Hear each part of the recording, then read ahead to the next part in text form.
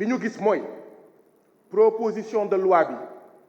dem na ci commission waaye demul ci commission des finances li article li wax mooy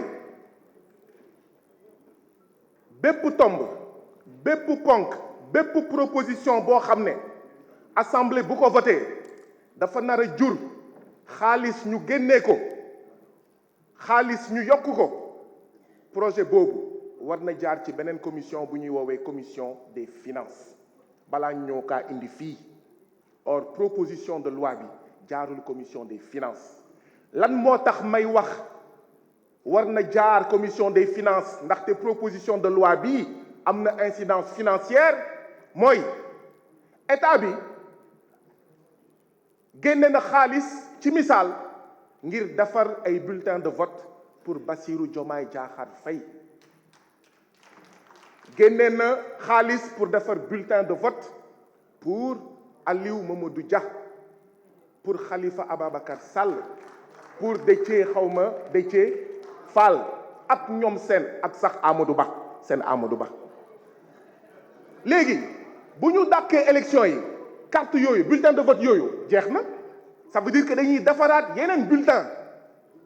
jamono joo xam ne am na ay sénégalais yoo xam ne seen payoor dafa tardé wala ñu ngi am ay arriérés de salaire yu bëri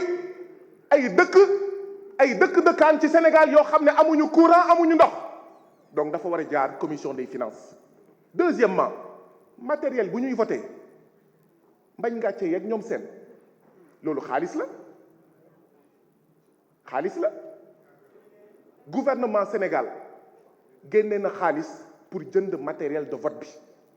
génne na xaalis pour fay chauffeur yi nga xam ne ñoo yóbbu matériel bi ci centre de vote yi génne na xaalis pour fay carburant pour camion yi nga xam ne mooy yóbbu matériel bi ci centre de vote yi bu ñu dàqee élection yi clé USB yeeg ñoom seen bu ñu dàqee élection yi ça veut dire que dañuy génne waat xaalis pour fayaat chauffeur yi pour jëndaat carburant fii laa gisee ñu naan léegi dañuy voter pour xam ndax fen bii day jàll wala du jàll nañu waxante dëgg lii war nañ ko voter ban interprétation moo ci am lan la président nar a def waaye yéen député yi na ngeen xool ndax dëgg bi ànd ngeen ci am déet du dëgg du yoon dañoo war a dellu commission des finances session bii warul am tey sànq li Ayib wax waruñu ko woon voté ndaxte règlement intérieur moo ko wax dañoo waroon dàq session bi gën saa néew ba suba waaye ñu naan léegi fen bi wala dëgg bi ndax da ngeen di voté am déet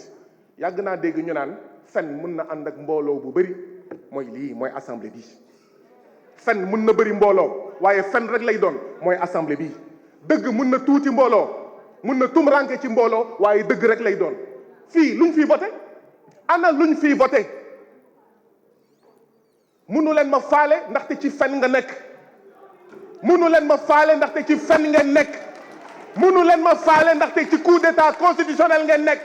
mënu leen ma faale ndaxte ci putsch électoral ngeen nekk mënu leen ma faale ndaxte ci noot béykat yi ngeen nekk mënu leen ma faale ndaxte yéenay fenkat yi mënu leen ma faale ndaxte yéenay kàcckat yi mënu leen ma faale ndaxte yéenay luubalkat yi mënu leen ma faale ndaxte yéenay les putschistes électoraux ki leen jiite nekk le chef des putschistes électoraux dem ci Mali dem ci Burkina naan leen organiser leen élection te mu nekk ay réew yu am guerre fekk Mali ñu ngi koy waaj a xaaj ñaar